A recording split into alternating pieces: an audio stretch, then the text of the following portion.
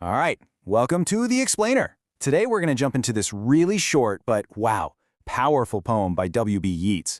It asks this huge question about love and beauty that, honestly, feels like it could have been written yesterday. And here's the big question it throws at us. Is it even possible to be loved for yourself alone? For who you are deep down without your looks getting in the way?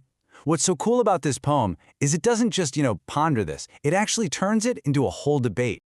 Yeah, that question is literally the heart and soul for Anne Gregory.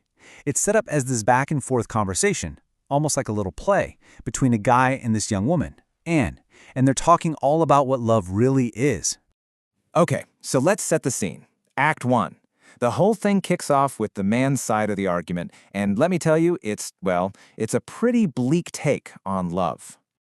He basically says to Anne, look, your hair, it's so beautiful, this amazing yellow color, that it literally throws young men into despair.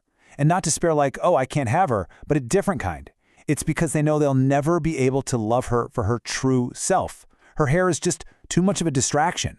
So, get this. His main point is that her beauty is actually a curse. Isn't that wild? He calls her hair these honey-colored ramparts. A rampart is like a giant wall around a castle. It's such a perfect metaphor, right? Her beauty is a wall that stops anyone from getting to know the real her inside. All right, so that's his argument. Now for Act 2, Anne's turn. And you might think she'd be upset or something, but no way. Her comeback is just so smart, so practical, and honestly a little bit sassy. I love it. She just fires right back at him. She completely torpedoes his whole argument with this super simple idea. She says, okay, my yellow hair is the problem? Fine, I'll just dye it.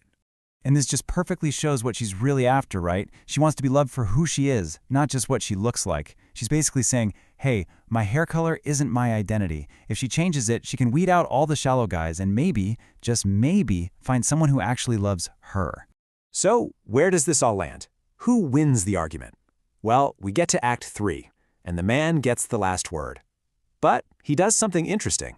He doesn't just argue back at her. Nope, he brings in the ultimate authority to settle things. He totally changes the game. He takes it from this personal chat and makes it all spiritual. He says he overheard this old religious guy who supposedly found a passage in a sacred text that has the final answer. And here's the mic drop. According to this text, he says, only God, my dear, could love you for yourself alone. Wow. He's basically saying that seeing past someone's looks, it might not even be something humans are capable of. So yeah, his final verdict is that this kind of pure love, the kind that isn't about appearances at all, is, well, it's a God-level quality. Only God can truly see and love our inner selves. For the rest of us humans, he's implying that love is always going to be mixed up with how someone looks. It's a really heavy way to end what started as a pretty light chat, right?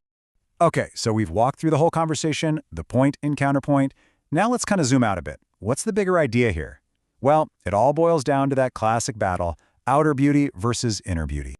This whole poem, every line, is wrestling with that conflict between what we look like on the outside and who we really are on the inside.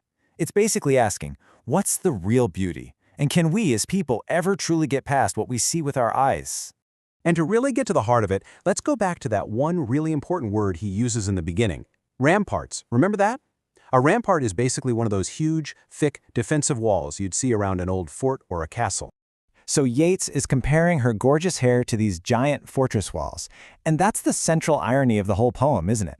The very thing that draws everyone to her, her beauty, is also the thing that's acting like a wall, keeping them from ever really knowing the person inside. It's beautiful, but it's also a barrier. The structure of the poem itself is really smart, too. If you look at the rhyme scheme, it has this simple, repeating pattern. It almost makes it feel like the lyrics to a song. And that's the genius of it. It takes this really deep philosophical idea and makes it feel light and easy to listen to. And that feeling, that's the tone of the whole poem. Even though they're talking about these massive ideas about love and God, it never feels like some stuffy, serious argument. It's just so light and conversational, which honestly makes that heavy-hitting final line land with even more force. So what are we supposed to take away from all this? I mean, even with the man's kind of pessimistic ending, the poem itself is really a challenge to us, the readers. It's a reminder to maybe question how we look at people and to try and see the value in what's on the inside, not just the outside. And that really leaves us with one last big thought to chew on. This poem is over 100 years old, but you look at our world today, with social media, with filters, with this constant focus on image. Has anything really changed? Or is the struggle to be loved for yourself alone even harder now than it was for Anne Gregory? It feels like this debate is a long, long way from being over.